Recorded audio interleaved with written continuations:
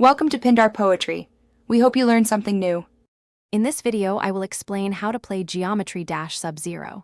First, ensure you have the game installed on your device. Once launched, you'll see the main menu where you can choose from the available levels. The core gameplay involves simple tapping to make your icon jump over obstacles. Timing your taps precisely is crucial for success in this rhythm-based platformer. Get ready to test your reflexes and enjoy the challenge. To master Geometry Dash Subzero, you'll need to understand its core mechanics. Tapping the screen makes your icon jump, which is essential for navigating most obstacles.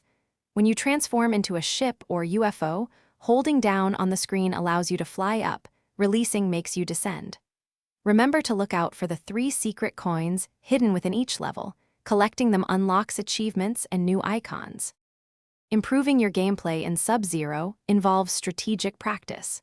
Utilize the practice mode to place checkpoints and learn difficult sections without restarting the entire level.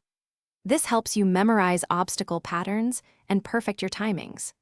Don't forget to explore the customization menu to personalize your icon and colors, which can make the game feel more engaging as you progress through the challenging levels. For advanced play, focus on the game's rhythm and music cues. They are perfectly synchronized with the obstacles and jumps.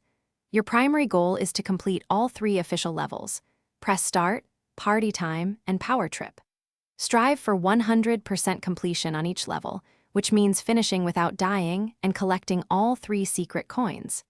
This dedication will truly test your skills and provide a rewarding experience. Thanks for watching. Consider subscribing if we helped you.